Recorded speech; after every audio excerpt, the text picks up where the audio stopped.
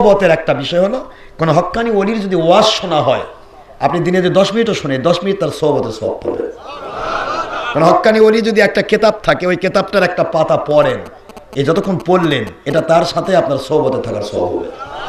এটা কে বলেছেন? আমি বলিনি, কিন্তু হযরত মুজাদ্দিদ আল ফিসানি রাহমাতুল্লাহ আলাইহি, মুজাদ্দিদি এই নকশবন্দিয়া মুজাদ্দিদের কাছে ইমাম, তিনি মাকতুবাতে লিখেছেন, কোন মুরিদ যদি আমার মাকতুবাত শরীফ থেকে একটা পৃষ্ঠাও পড়ে সে আমার সোহবতের সওয়াব পাবে।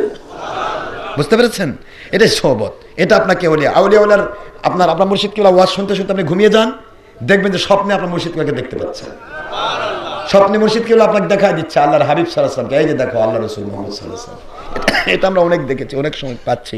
অনেকে এসে বলে, হুজুর আজকে রাতে দেখলাম আপনি আমাদের আল্লাহর হাবিবকে দেখায়। এটা তো আল্লাহ দেখায়, এটা আমরা না। আপনি যতটুকু কানেক্টেড হবেন, যতটুকু আল্লাহ এবং রাসূলের প্রেম আপনার ভিতরে থাকবে, আপনার মুর্শিদ কিবলার মধ্য দিয়ে আপনি আল্লাহর হাবিবকে দেখতে পাবেন। সুবহানাল্লাহ।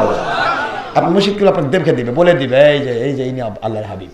তাছাড়া আপনি আল্লাহর হাবিবকে চিনবেন কেমন? এই যে ব্যাপারটা, এভাবে করে আপনার দেখা হবে। কিন্তু কখনোই মা বোনেরা পরপুরুষকে দেখার বাসনা করবেন না।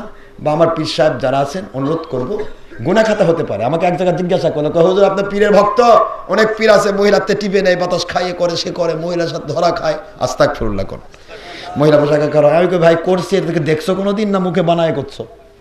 কোনো হক্কানি ওলি তো এটা করবে না। তারপরেও শোনো, হক্কানি ওলি যদি কোনো গুনাহ করে, কথার কথা, আমি গুনার পক্ষে নয়, আমি প্রত্যেকটা গুনাহ থেকে নিজেকে সেভ করি, কোনো মহিলার সামনে দেখা করি না, আলহামদুলিল্লাহ বলো।